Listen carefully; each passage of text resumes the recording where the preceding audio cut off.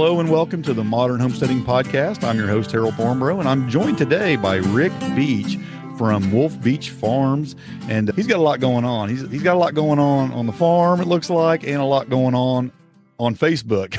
So we're going to talk a little bit about that because our topic today is going to be bartering, which he's doing a lot there. So Rick, welcome to the Modern Homesteading Podcast. Awesome. Thank you for having me. I'm glad to be on the show.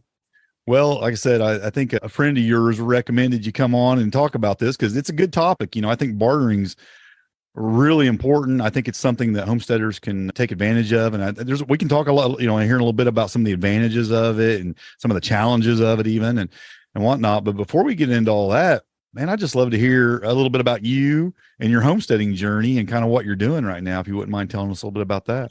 Sure thing. I wanted to first, it's Jacob, who's one of the other admins. He's the one who recommended it, and he's a big fan. So he wanted to make sure that we got out there. I'm more PC and the more voice of our group. So he's like, you take it. It's all you. So, all right. So about 2008, I was in the pharmaceutical world, engineering world, did that for almost 20 years. Wow. And due to a layoff, I became kind of, what am I going to do? Where's my next steps? And came across podcasts who had talked about permaculture, and it was interesting to me. So the more I learned about it, the more I wanted to dive into it. Ended up getting my PDC from that. And my wife and I talked that we were in a 2-income family, but one of us was going to have to get a second part-time job just for all the childcare and daycare and camps for all of the kids. So when we looked at it, it was cheaper for one of us to stay home than it was for one of us to get a secondary part-time job on top of our regular jobs. And she has the degree. I didn't, even though I made more money than she did. If something were to happen, she could go get a job a lot easier than I could with a degree. Sure. Yeah. And from that, I decided to stay home with our youngest and start teaching permaculture, start doing these things. And we were living in suburban Indiana, Indianapolis, and doing it on a third of an acre. So we had fruit trees, ducks, rabbits, chickens, edible landscaping. We were preserving, buying in bulk. We were doing a lot of those things. And then an opportunity came up for us to buy a property and live in a tiny house for nothing. We didn't have a mortgage payment or anything. So we gutted the building. It was a 1865 rail station that her grandfather owned as his office, and we really wanted to buy it just for the fruit trees. It had 30-year-old fruit trees on it, and that had never had anything done to them. So we bought that, renovated it, turned it into a 2-bedroom house, bathroom, and it was 550 square feet for the family. Lived there debt-free for a year while we were looking for our forever home. And this property came up and it had everything that we wanted. We were kind of casually looking for about 5 years. And when this one came up, it was everything that we wanted and more. And so we settled here in Greencastle and we got 32 acres and I think we're about 400 animals on the farm now. Wow. And we do a little bit of everything. So we've raised almost everything that you can raise as homesteading. And we did what I always recommend to everybody not to do is get something of everything and see what sticks. Yeah. So now going through my mistakes, lessons learned the hard way, don't do that.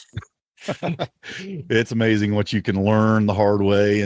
But you know what, I tell people, you try to convey that to people and people need to learn through mistakes, but they don't have to be their mistakes. But yet it still seems like a lot of people still have to make their own mistakes, But you know what? Some of those lessons are like, you learn them that way, the hardest way. Like lessons learned are the hardest way, are the best ones that you learn because you'll never repeat them. Yeah, you'll never forget. Yeah. No. And, we learned a lot going through other people's farms too, learning what they did, what they liked, going through homestead tours or people who are giving classes or whatever. We love to go see what works for them, what doesn't work for them, what can we implement, what don't we like about their farm or what do they like about their farm, and then bring that back home and try to implement that. Yeah. How have you put permaculture to work on your 32 acres? Have you really done a lot there as far as planting and things? Or we do a lot of experimental stuff. Yeah. Yes, planting. I did everything that I teach people to not do. So we went from, a third of an acre to 32 acres. So everything is spread out everywhere. I didn't do the zones like I should have. And lots of type 1 errors of, hey, there's a slope, let's put a swale on it. Yeah. And just, I didn't think everything through. It was, let's implement all of these things that we just learned about. And now seeing the failures of like, okay, this is what you really want to do. This is what you don't want to do. And this is why. Yeah. So we've done a lot of stuff. We've done aquaponics. We've done pasture raising. We do rotational grazing with our animals. My biggest thing when we brought the property is I wanted goats so bad that, I was the goat advocate. Mark Shepard, we were talking with him and he's like, I said, why don't you do goats? He's like, you don't want goats. Goats are the evilest things on the planet. Goats are horrible. Oh no, you just don't know about you haven't had the right goats. Yeah, Mark was right because I hate goats now. It definitely takes a level of infrastructure and patience to handle goats. And some people, even after they've raised them for a long time, they love them. They wouldn't have any other animal. They think they're the greatest animal. And to them, they might be, but they're a challenge. We grew up with some goats. I was a kid, we had goats and they were a challenge. I'll tell you. Every day it's a challenge. And we still have goats. They're my daughter's pets. My wife loves the goats. If I could get rid of the goats, I would, but they do have a purpose. As much as I complain about the goats, I do like the goats that we have full size dairy goats. So when they go out into the woods, they'll clean 6 foot and lower. So any of the brush that I would normally be hitting my head on or having to duck under, it's gone. So they do have a purpose. Do you rotate them to like a silvopasture style or? Yes. So we have about 250, 300 sheep right now. So sheep is our main.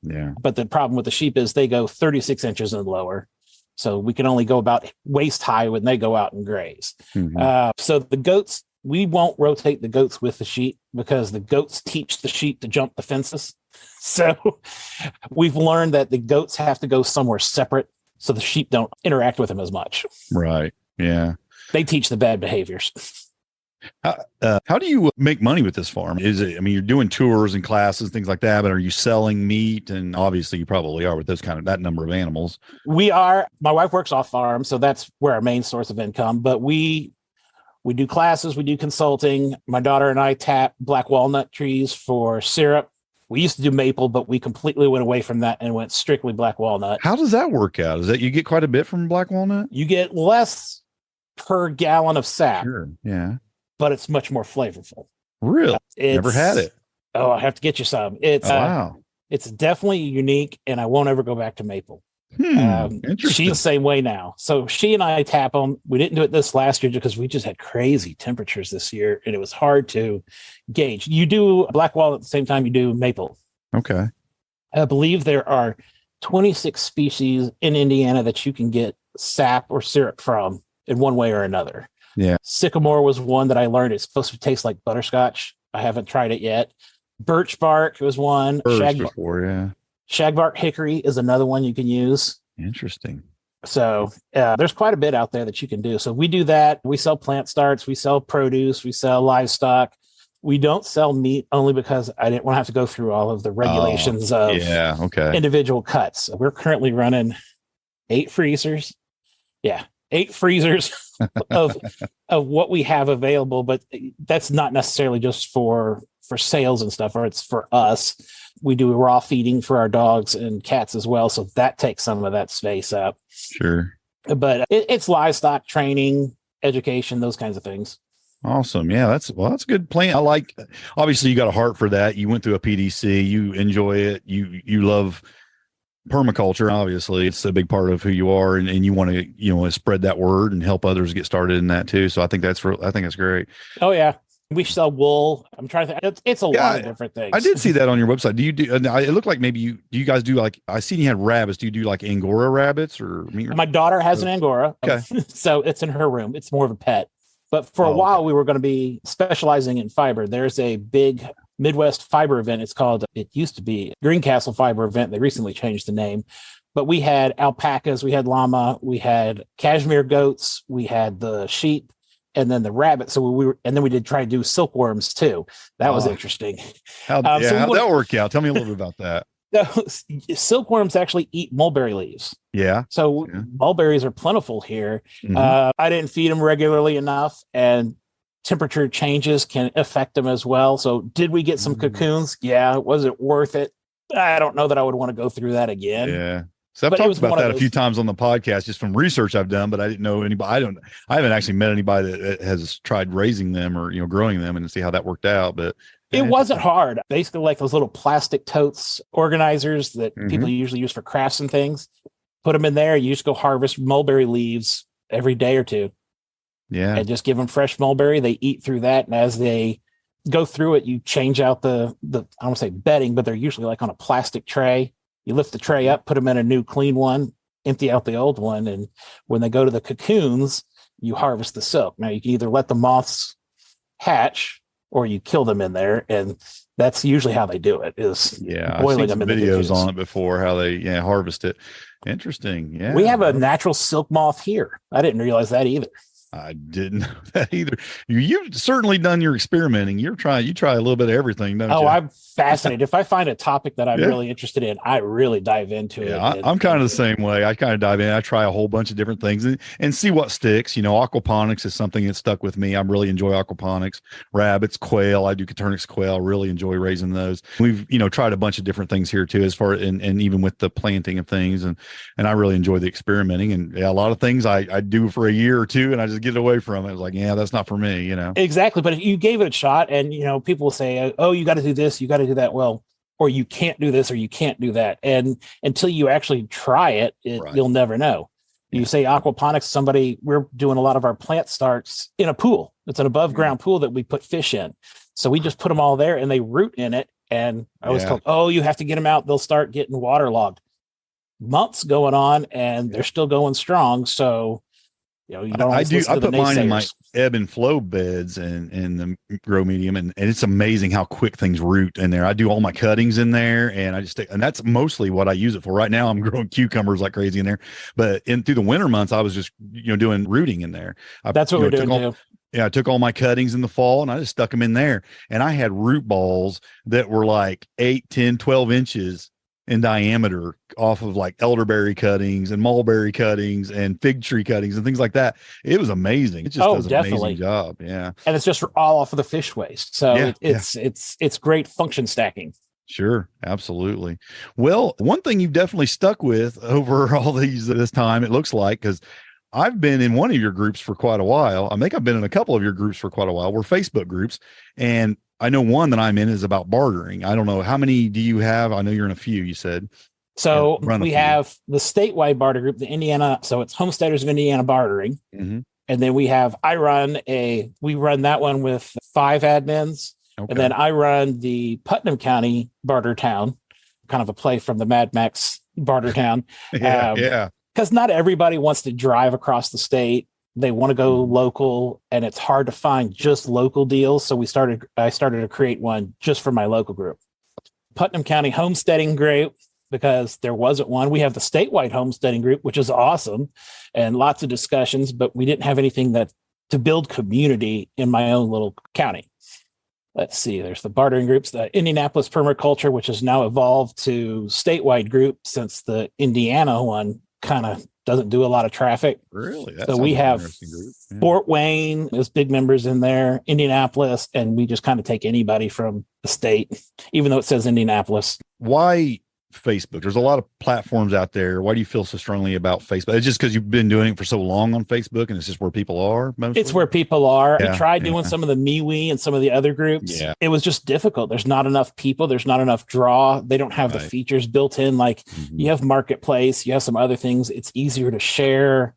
Sure. There's a lot of rules and hindrances on Facebook that you can get around if you know what you're doing. Yeah, we can talk about that. But there's just more people, and that's just it's easier for a lot of people to use. And so newer generations are going to other platforms, Instagram and TikTok and some of these things. And that's not my realm. And it's hard to share an article. It's hard to share a picture. It's hard to share some of these kinds of things when that's not the general platform for it. Yeah, I do quite a bit on Instagram, but TikTok is not my jam. I'm not interested at all. My daughter loves it. But kids do. she's learning so much stuff. She learned how to propagate some plants. She's learned about different flowers and leaves that she can grow for teas. Mm-hmm. And I'm like, where did you learn? She goes, TikTok. You don't watch TikTok? I'm like, no, this is not my cup of tea. Yeah. People say, oh, you need to be there. It's where the people are. And I'm like, man, those people just aren't going to be finding me there probably. Cause I just can't, like I said, it's not my thing. I just can't get into it. I can't either. It's short little videos, which because I got ADD, it's my attention span goes that way, but it's just so much and it's all over the place. Yeah. Yeah. Well, you're doing a couple groups then that are focused on bartering. I guess I'd like to know how you get away with that for one thing with animals. Cause I'm in that group and I see a lot of animals being, I guess I could say advertised by that people are looking to barter. You're not allowed to sell animals on Facebook. Correct. So how's this playing out? So the statewide Homesteaders in Indiana bartering, we've got just shy of 6,500 members. We get about 100 requests a week and about 40 to 50 posts a week. Yeah. We are a closed group, so it's a private group. So that's one way to keep some of the Facebook bots and algorithms out. It's private. So the only way you can join is answering the questions and agreeing to the rules. And we do queries regularly to figure out who's in the group who hasn't done that. So if you own and run groups, Facebook will put people in your private groups without going through the permission type channels, I guess. Really? So you can go and search for unavailable members is the one that we use. And it'll show you all the people who didn't answer the questions or agree to your rules. And we immediately ban them. Really? I didn't even know they could get around that. I've never really noticed that. We didn't either until I figured it out when we got our first Facebook warning. And we have had one warning in the entire time we've been out there for, it was a dog rehome. Yeah. And after that, we're very strict about you follow the rules. There are no sales, no money exchanges, no PMs. And that's part of it to keep some of that off of the Facebook algorithms. Part of it is to be more transparent because there are a lot of people who were asking for deposits, but then getting 7 deposits on the same animal and then disappearing. Yeah. So everything has to be 100% transparent for what the deals are being made. And the only thing that you can PM is like final arrangements for your address or how you're going to meet up and those kinds of things. Okay. And I think that has helped us stay off of the Facebook radar and Facebook police, I guess. Yeah. You make that as a rule, but once it goes into the personal message realm, you really can't. You really don't know what they're saying. But you're making that a rule up front that Facebook sees the rule and they know that, this is our rule. We don't want them doing that, Correct. So if somebody says message sent or PM, it flags us immediately. So between the 5 of us, somebody sees that, and we all work different schedules. So there's almost always one of the admins online. Okay. We'll see that. We remove it, say which rule they violated. So many rule violations, you get suspended. After 2 or 3 suspended, you're just banned because obviously you didn't want to follow the rules. Okay. But they can do personal messages for like the pickup and whatnot. Oh, yes. So that we ask that if they're going to say PM sent, it's like PMing my address or PM location details or something like that, so that can be sent and it gives a notice to us of what their intention is. Yeah. And that seems to, it helps us after, 100 posts a day and we get all these alerts. It helps us stay off the radar and it also helps us kind of filter all the junk. Okay. And Facebook doesn't have a problem with bartering animals, just selling animals. I don't know that they don't.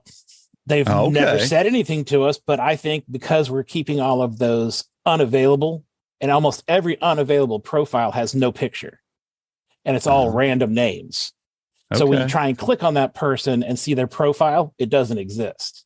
So you might have a name with a picture and you go, as an admin, you can say view member profile. There's nothing there. So I think they're adding these, and that's part of the bots that they go in and look for sales or animals or these kinds of things. Because people on like homesteading pages or some of the livestock pages will put a picture with dollars like written in with a finger or whatever. And even those are getting removed now. Wow. So something's being done to be able to track this. Okay. So far, we've fallen under the radar. Okay. Yeah. I'm in, like I said, I'm in that group. I do remember seeing somebody a while back trying to actually post something for sale, and it got dealt with pretty quickly. Yes, it Yeah. does. And that's it's part of it that we don't want to have people do sales because it levels the playing field for a lot of people, but it also keeps us off the radar. So Yeah. not everybody has the disposable income. Somebody might be I'll give you an example of there's a woman who's like a coupon queen, I call her, but because she can get all those discounts where she gets money back for fabric softener and laundry detergent and all those kinds of things, but she has a whole room full of stuff, but she didn't have to pay for it from the coupon type piece. Yeah. She wanted to get chickens and get into homesteading, so she traded some of her extra stuff to get into it without having to go buy chickens, buy a coop, buy those kinds of things. And it was something that she was able to barter with without ever having to use money. Sure. I guess we should probably step back a little bit and take a more broad view of bartering. What are some of the advantages? That's one, that you don't need cash necessarily to get some things. It can be just an exchange of goods or services. And, historically it's been something that's, it's always been a big part of folks' lives. For hundreds of years, people bartered and it got what they needed. When you had better community and you could do those kinds of things, you had maybe had somebody who could make homemade wine. Well, they needed their car worked on and they traded so many bottles of wine for them to work on their car or whatever. But we've lost some of that community as we've developed, I guess, as we've advanced as society. And now we're starting to see a lot of that coming back, but in a digital age. Sure. So you may not have those neighbors that are as close knit as you once did, but you do online.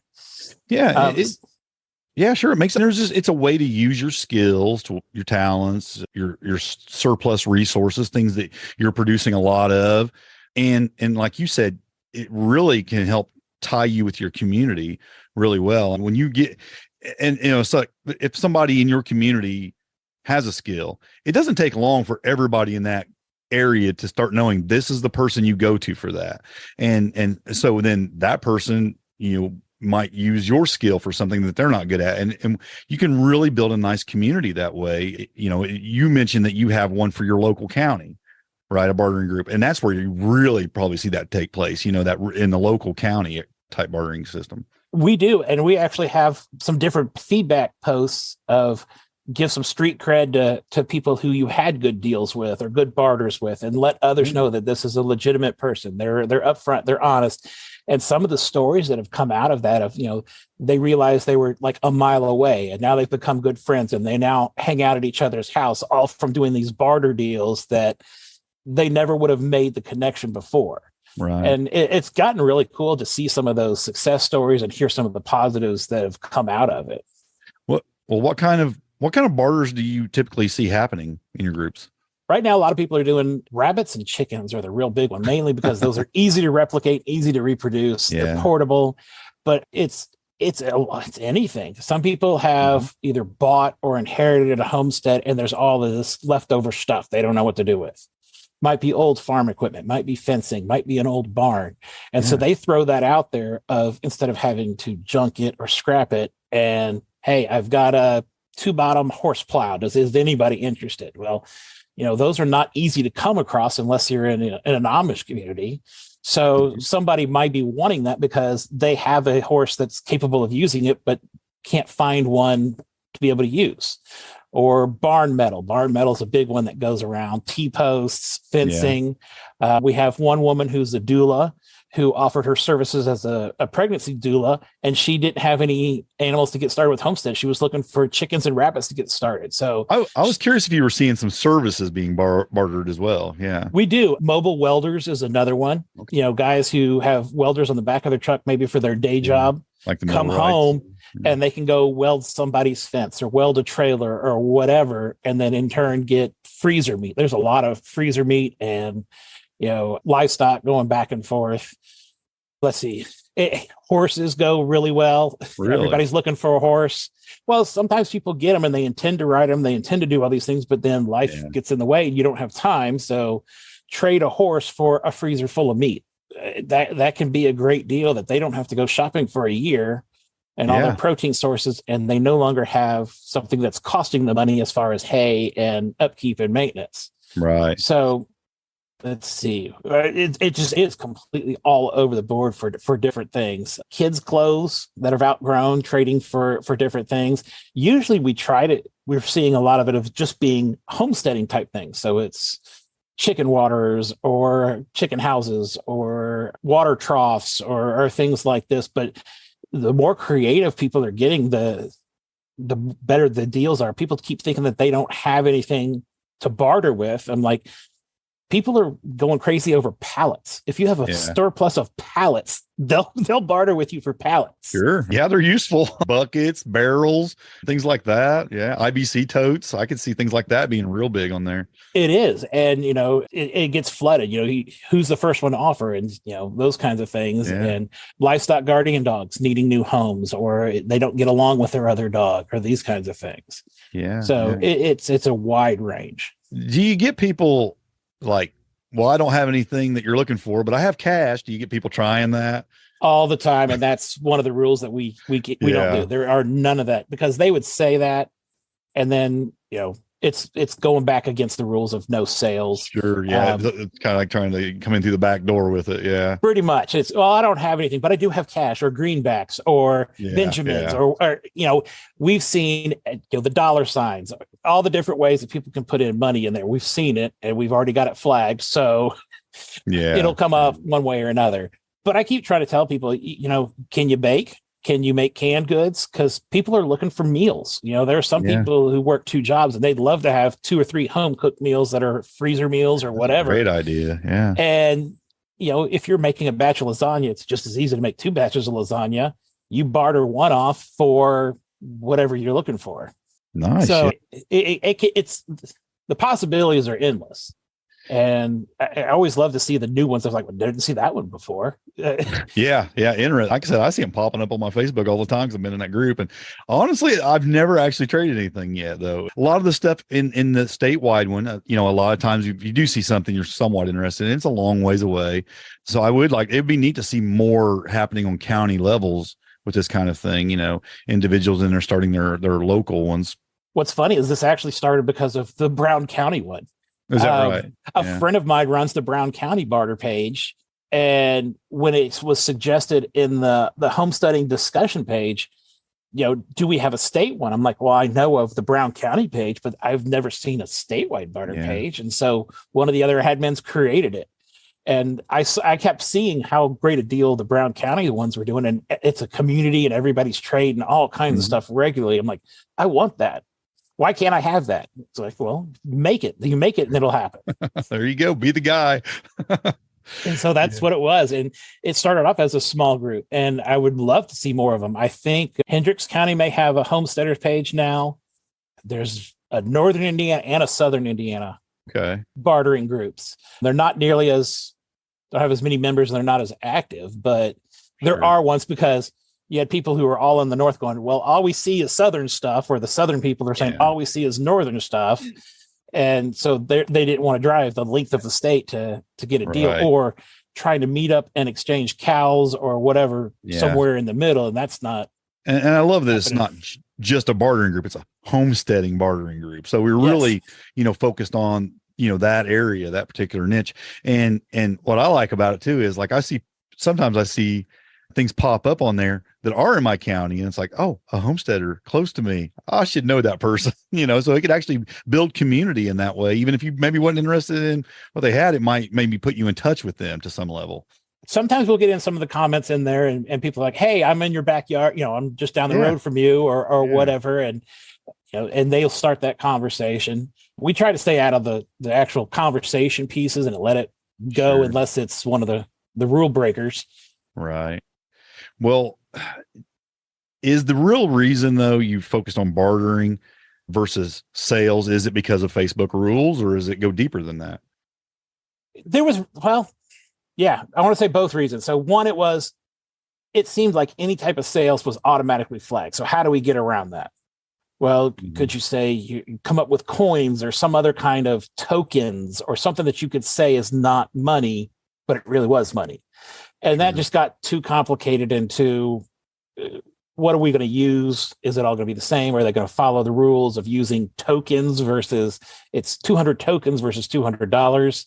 So that got confusing and too hard, but it also gives a level playing field. Like I was saying earlier, so not everybody has money, or some spouses are not supportive of their significant other's animal habit.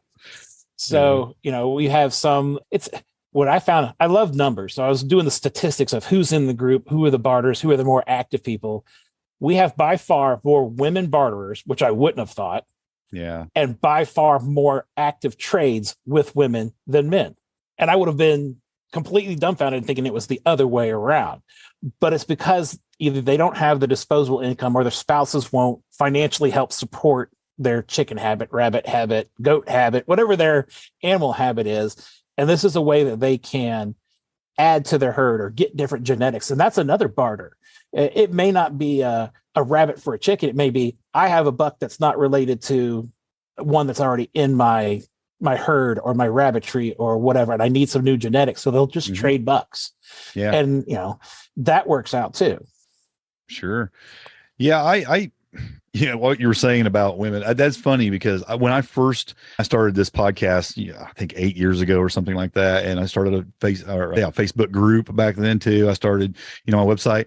And one thing I noticed was I would say 60 to 70% of the members of like the group are women. Listeners, like Spotify shares like statistics, it's like majority women that listen. I think women are the ones more interested in homesteading than men are, which is surprising to me.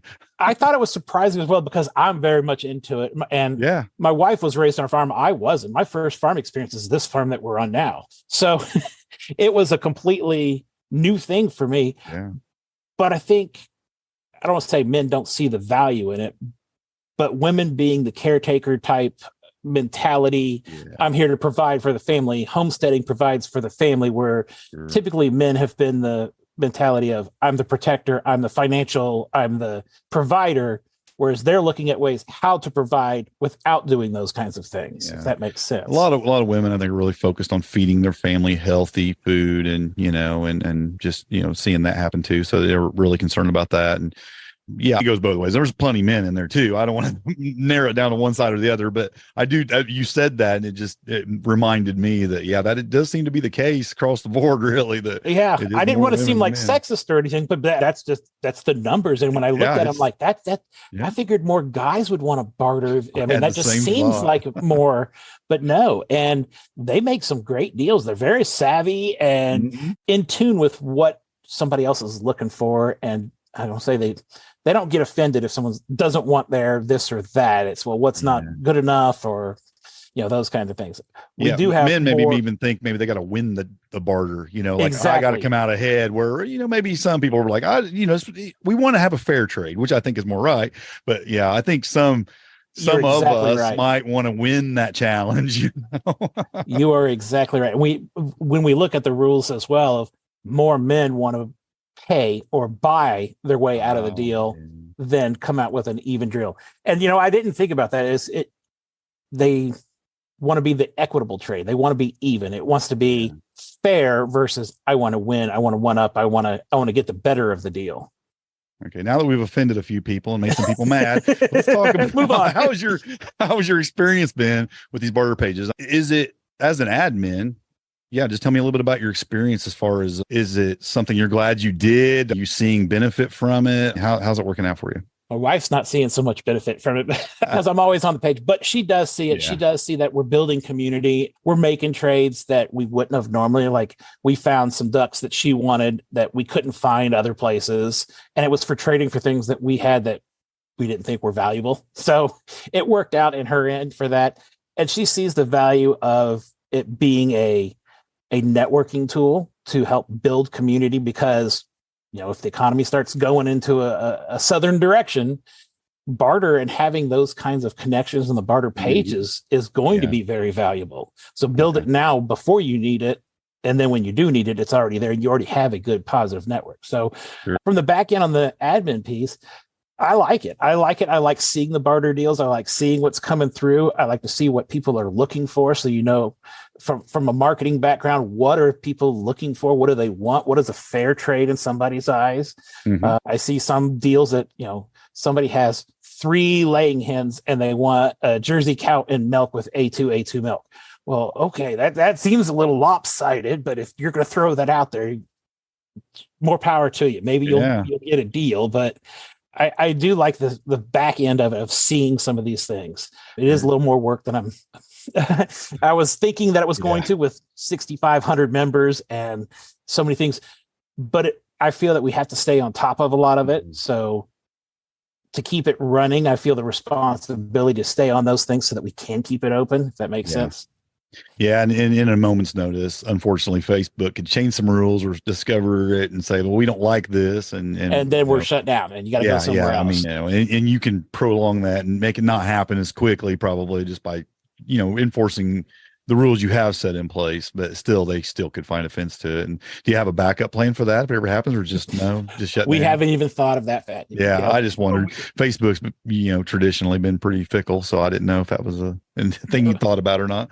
The admins I probably need to discuss that. Of what are we going to do if for some reason we get shut down? Are we going to have a plan B? We group or something in the background that just basically just stays open in case or something. I don't know. It would be nice, but there's just not the volume of people on MeWe right. that we would love. I agree. have. I tried to do the MeWe thing and some other places, and Telegram seems pretty popular, but to me, it doesn't really fit something like this very well. It's just a good conversation place, Yes, and then you get lost in if you're not on there regularly, you get lost in the thread that's so many deep, and how many conversations have switched or changed, and how many people are talking about something completely different. Right. Yeah. It just seems like a hangout place to me. It's not so much for you need a place that has groups, that you can really bring people together around a topic. And it's pretty limited still. And the people just aren't there. And really some of them don't have the technology's not there. They're just not there yet, and I would love to see some alternatives to Facebook,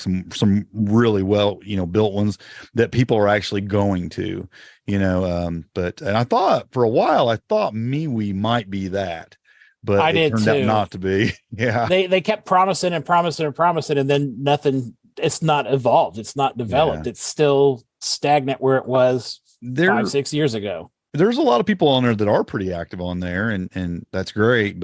And I know there's some, there's like free, I don't know if you were familiar with like Freesteading, and that's a community that has an app and stuff, and they have I think they have groups in there, and there's some that's being built but they're not, I don't feel like they're 100% yet, and they're okay, but they got a long way to go, I think.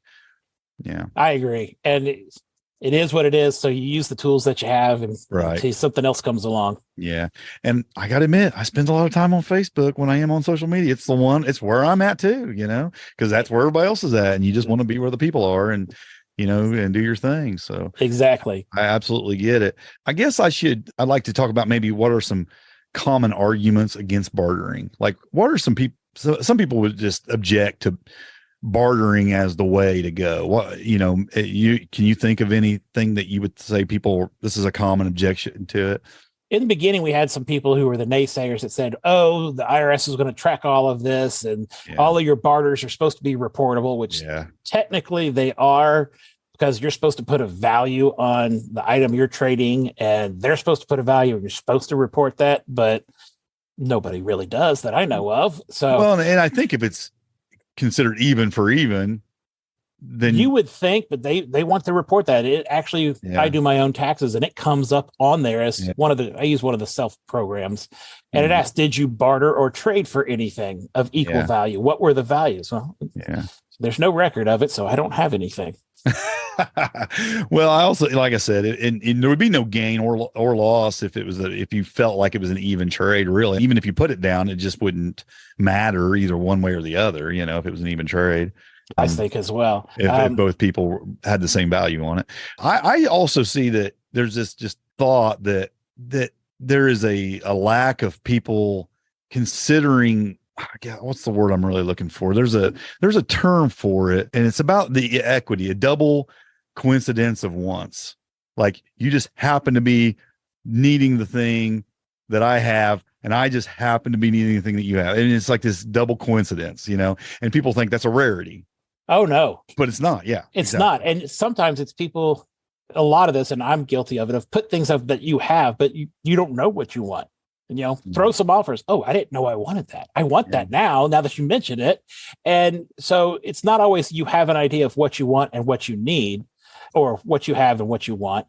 It might be, I have this. I don't know what I'm looking for. I might need T-posts. I might need an IBC tote because I hadn't gone looking for one or priced one, or I didn't know this thing existed. So, we have a lot of that of shoot me offers, and people are like, okay, well, I have sourdough start. Yeah, I'll take that. So many chicks for sourdough start. If that works, that works, but you didn't know what you didn't know. Yeah. The reason I don't go to the grocery store hungry, I find all kinds of things I exactly. want that I didn't really think I even needed, but it turns out I did. One of the other problems is just money. People want to just use money and don't want to have to go through their stuff or go through the thinking about what stuff they're not using or having. And I'll just give you cash because it's the easiest, simplest A to B. Why do I need to list everything that I have? Because that's what it is. It's the barter page. It's not the for sale page. It's barter, and that's it. So time and effort would be a constraint. Yeah, for sure. It's something that people say, I just don't have the time or the energy to be digging around looking for something to trade you for this. I just want to give you the cash because I work a job and it's easier to get my hands on cash and it is to dig through my stuff. And I kind of get that, but you also don't get that opportunity to build community and in the same fashion or same way, So I think there is a benefit to it. Yeah. I tell people on the group, think about walking around your property. What do you see that you haven't used in a year, 2 years? Throw that out there, because obviously if it's been sitting around for a year or 2 years, you're not using it. Get something that you will use on a regular basis. Or what's out in the back 40 of the pasture that was left around? Oh, there's an old cultivator. Well, I didn't think anybody would want that. Yeah, there's a value for it. People want those kinds of things, whether it's the scrap metal, because things just aren't made like they used to be made. And some of that old equipment will last for another 20, 30 years if you properly take care of it.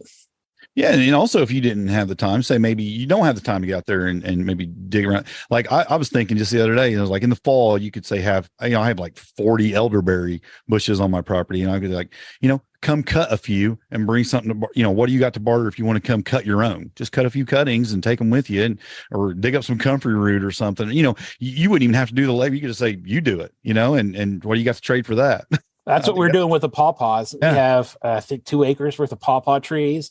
And really? I'm one of the unfortunate 3% that are allergic. So I can't eat them. Really? And it's not like hives kind of thing. It's bad roadside sushi from Texas in the middle of August with no refrigeration. Yeah. I ate it once and I thought it was because they were unripe, and I was on the couch for a week. So the second time I did it, I didn't learn the first time. It's like, oh, these are fully ripe. Did it again. And I thought I had food poisoning. I was so sick. And really, my family's like, well, we all ate the same thing you did. And they even ate the pawpaws too, except for I'm allergic. So you tell folks they come get their own, huh? Pretty much. If you guys want pawpaw treats, come dig them up. You can come get pawpaws, or my daughter will go out there and she sells them. So, I shake the tree, she gets the pawpaws, and then she'll go off and sell them. We might do some bartering then, because I've got one on my property and it turns out I need 2 to make pawpaws. You do. And what I originally thought it was you needed a male and a female like mulberry trees. It's not. Yeah. You just need a different, cultivar or a different tree, because all of our trees in the woods are pretty much related. Yeah. And I didn't realize it just keeps sending suckers up, and we happen to have a secondary patch on the other side of the property. So it's probably why we have the fruit that we do. Okay. Yeah. Did you also know that they're pollinated by carrion fly? No, did not. Yeah. So they produce a dark purple, almost black flower early in the spring before any leaves come on. And it smells like rotting meat. Is that right? We had 50, 60 vultures in the trees one day. Oh, wow. And we're walking the property. I'm like, something got out and something's dead down there. So we're spending about 2 hours in the woods wandering around and couldn't find any dead animal. I'm like, okay, there's nothing dead here. They're just in the trees. Something's going on. And when we took a picture of the flower, because we didn't know what they were at the time, this is right when we moved here. And we went back and looked it up, and it was the pawpaw flower. And we started learning about it, and it's pollinated by carrion fly. Wow. Oh, Interesting. One of those little interesting tidbits. Do I want another one on my property? That's the question now I'm asking myself. No, they're really good. I know a lot of people try to start them from seeds. Digging them, they seem to have hard time digging them up as well. But if somebody wants to come dig them, y'all are more welcome to come do it. Awesome. Well, there you go. You got your barter item there. You just got your pawpaw tree. So do you personally find yourself doing a lot of bartering on your pages? Unfortunately, no. I'm always, I go out there and I see things that I want, or I'm like, oh, I don't have what they're looking for. Well, you take this, or this. This is what I have. Well, no, we don't need sheep. We don't have fencing, or, we've offered the sheep out there multiple times, but not a lot of people are into sheep. And it's because we do wool sheep. So people don't want to shear them. They're all interested in the hair sheep. So what we have is not necessarily the ideal match as of yet. Right. I've gotten a couple of good deals. Yeah. We've bartered. What I've bartered for the most of was plants. Trading. My wife. We had goat apocalypse, so the goats came in and ate everything around the property.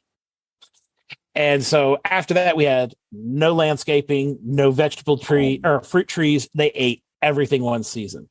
So we learned that it's easier to keep them out of certain areas than keep them contained.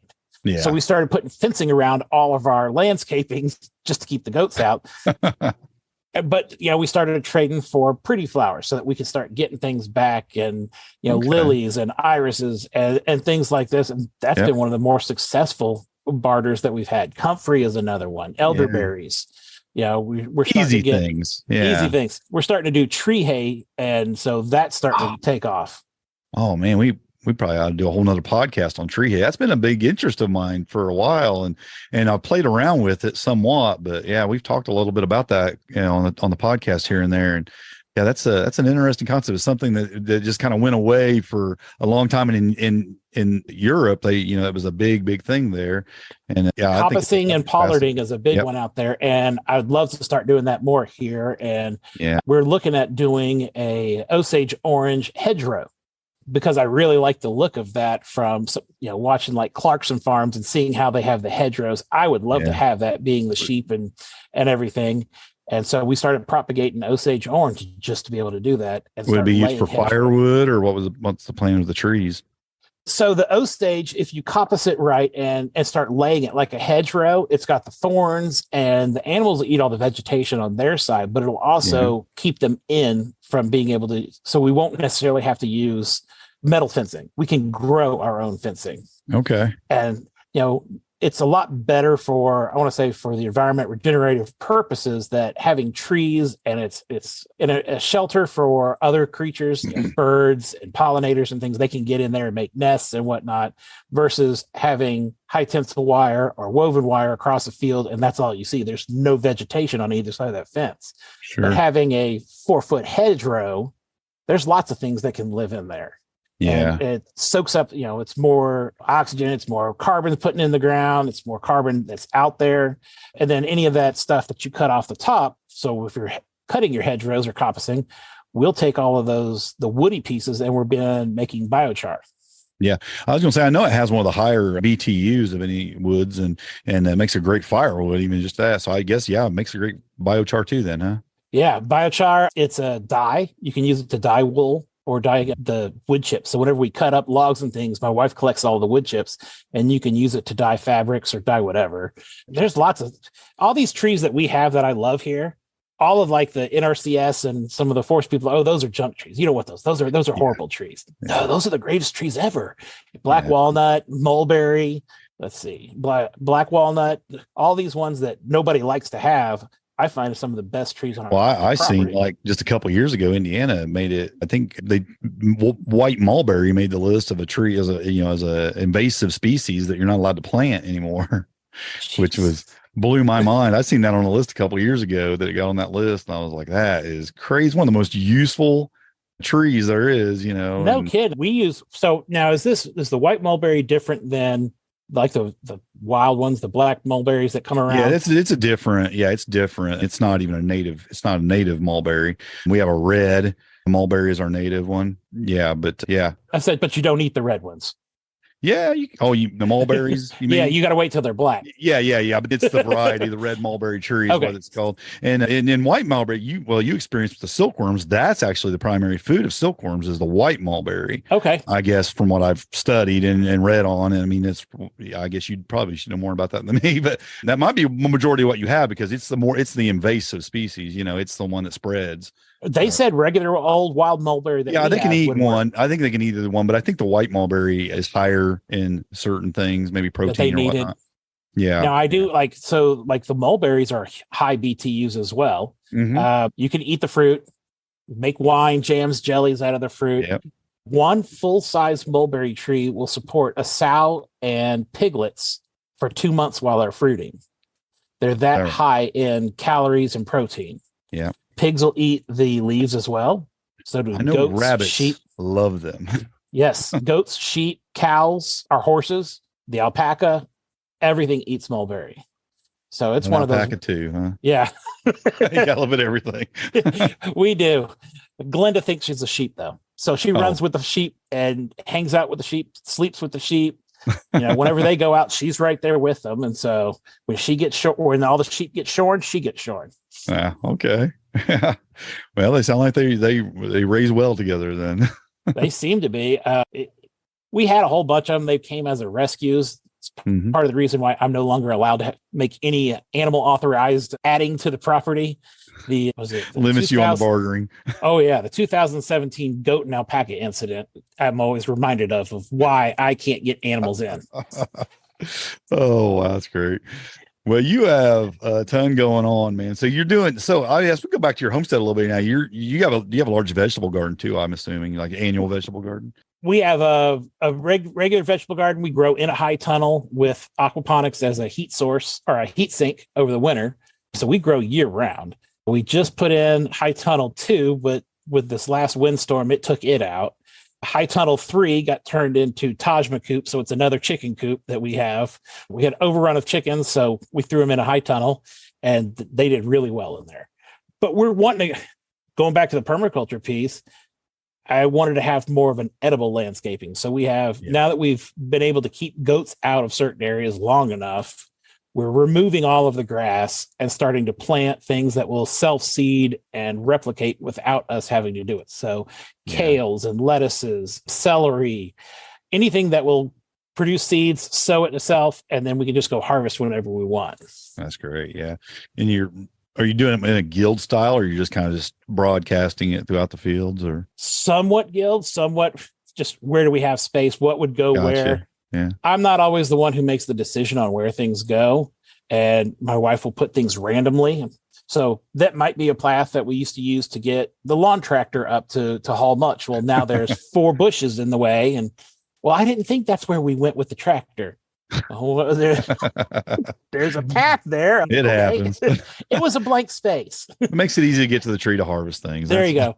So like with some of the fruit trees, we're starting to put mints and berries underneath. The mints will keep away a lot of the pests. Also that we don't have to mow under them as much. We ran ducks and geese in our orchard to keep the grass down as well. And so that helps mow it and then also fertilize, break some of the pest cycles.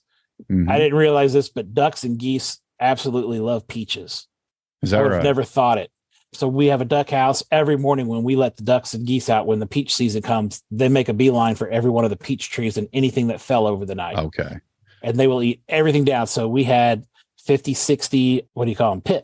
Peach pits all on the ground. I couldn't figure out what was happening until we saw the ducks doing it one day. Wow. And are you seeing a lot of sprouting coming from some of those pits?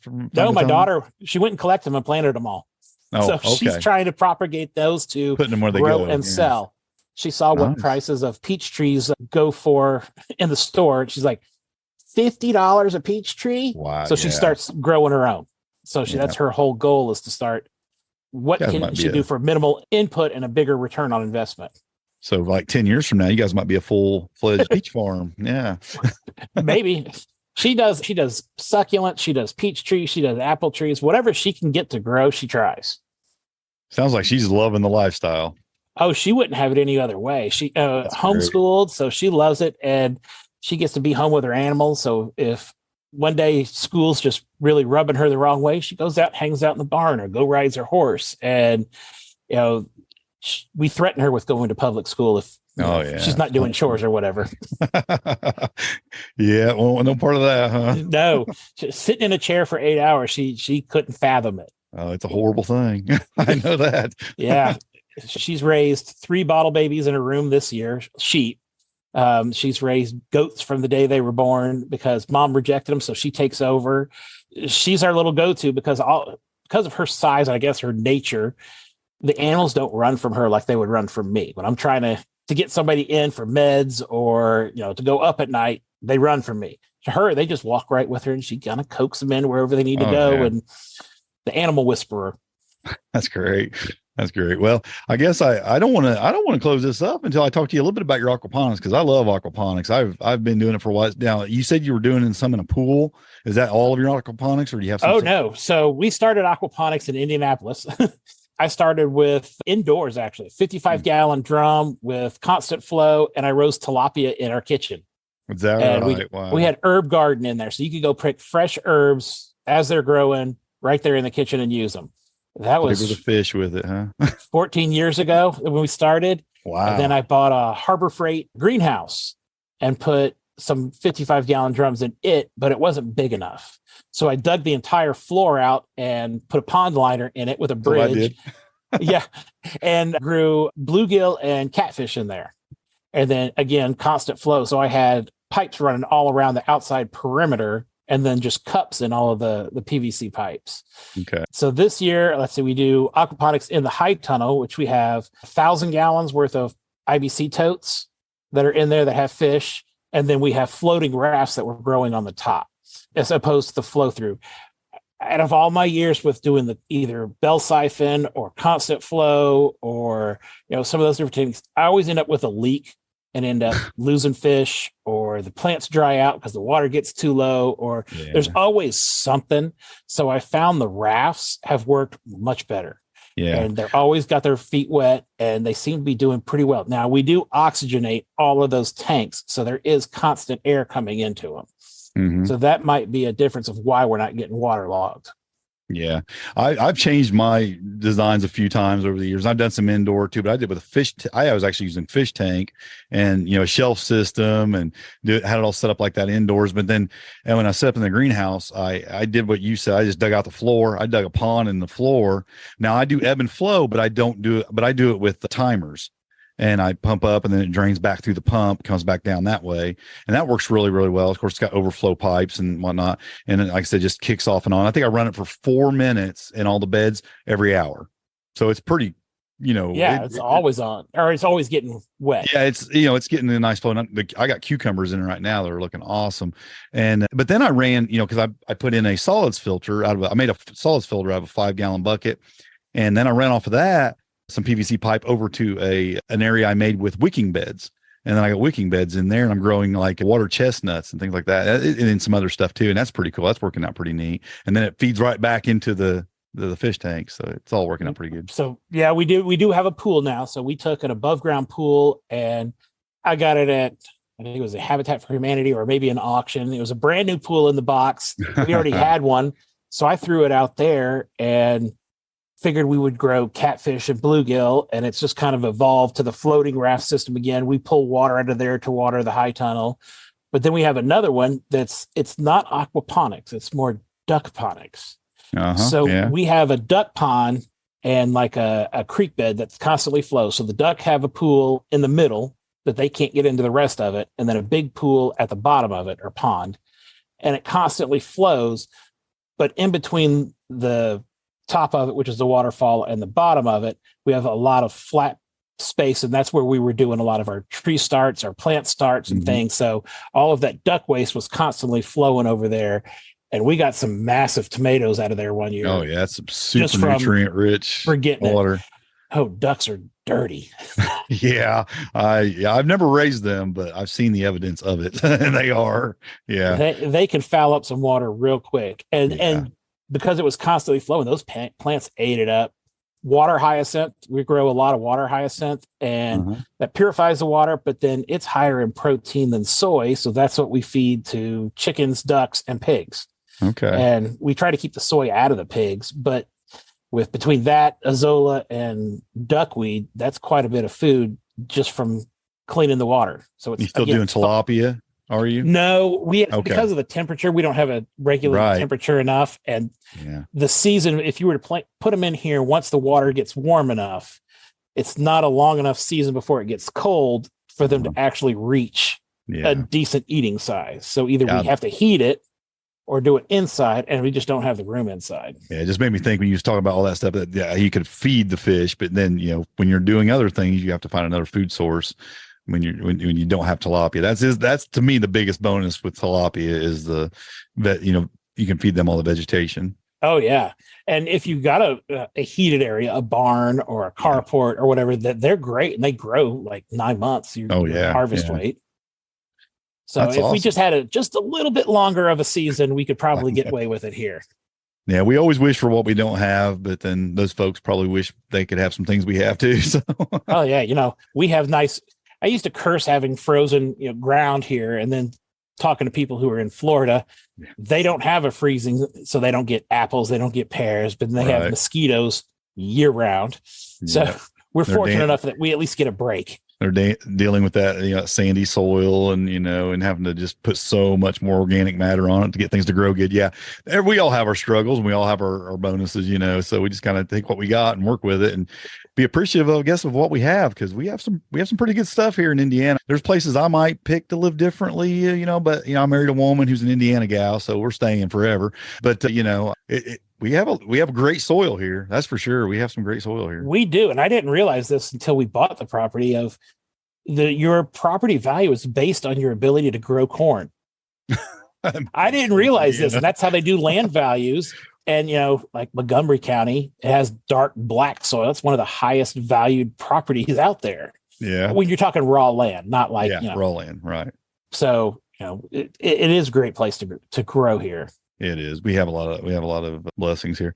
Well, hey man, I won't keep you much longer, but I am definitely going to get all these links in for your Facebook groups, because I think they're pretty awesome. And I just know, and even if folks, our listeners are everywhere, I would encourage folks that aren't in Indiana, check in your state, in your counties, look for bartering groups. And if you don't have one, maybe you're start the guy. one. You're the guy or you're the gal. You guys should start one.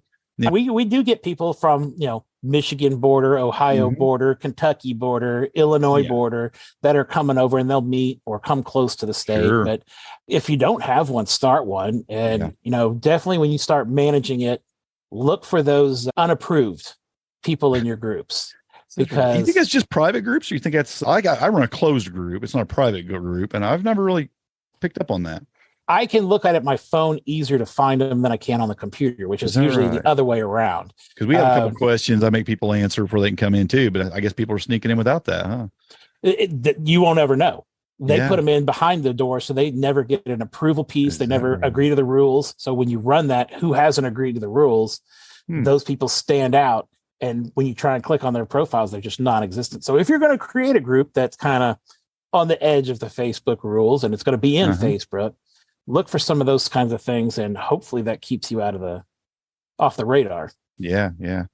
Well, I think you're doing a great service for Indiana, and I love what you're doing at your farm too. It sounds like you're offering some great stuff, and you got some big plans there for the future for sure. And is there any classes or tours or anything you want to tell people about? We're not touring right now just because we have so much mess going on. We're in the middle of so many projects, but when we're shearing, we put out for people to come learn how to shear, and it's not the way to shear, it's our way to shear. So we shear on a stand, and we do about 10 to 15 sheep a day. If somebody wanted to come out and learn how to do that, if they were going to do their own sheep, or if they were interested in sheep, it's kind of one-off. So somebody wants to come learn about what we're doing or a particular subject. Like I said, like you, we got our fingers in a lot of different things and experimenting. When we do syrup tapping, we offer people to come show how to do that and what it all entails. That's cool. So it's kind of by season. It's also by, if people reach out, we definitely offer help of questions and whatnot. And then, also consulting of, helping people design, where do I want to do? How do I want to go? And a lot of it is you in your head, you're thinking of where you want to go with your property. But then when you start thinking about do I have fencing? Do I, how close to my neighbors? What are my ordinances? It starts, reality has to kind of set in of, okay, maybe I'm not quite ready to put everything all at once, which is what we did. And we learned the hard way about cheap fencing and how far to space your T-posts and all those kinds of things. Sure. Well, your website's wolfbeachfarms.com, and folks can, I guess, reach out to you from through there. And I'll definitely get those links in the show notes. And I hope people will reach out to you and check out your stuff. And like I said, if they're local, jump in these Facebook groups and participate. I'm kind of like a behind the scenes guy. I'm in there.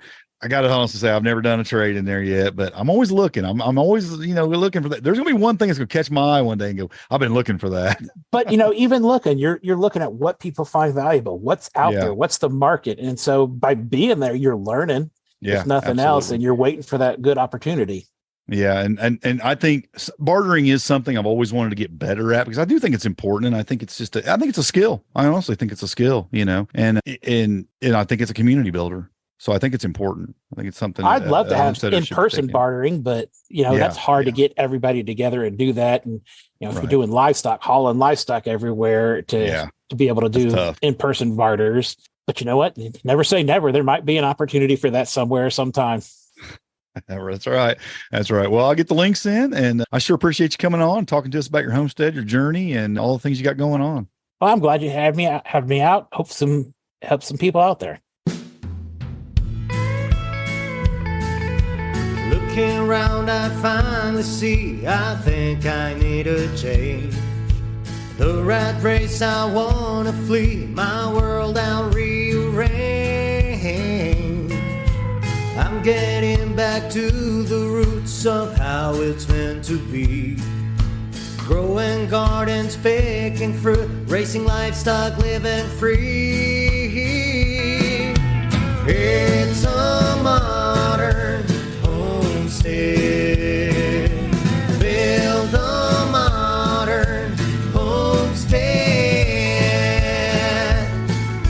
A lot of folks don't understand why I wanna live this way. They've never eaten from their land like we do here every day. Snapping beans like Grandma did, sitting on her front porch. Hunting and fishing like a kid once you've done all of your chores. It's a modern homestead. Build a modern homestead. Country or city, there's a way to make this change. You gotta start today.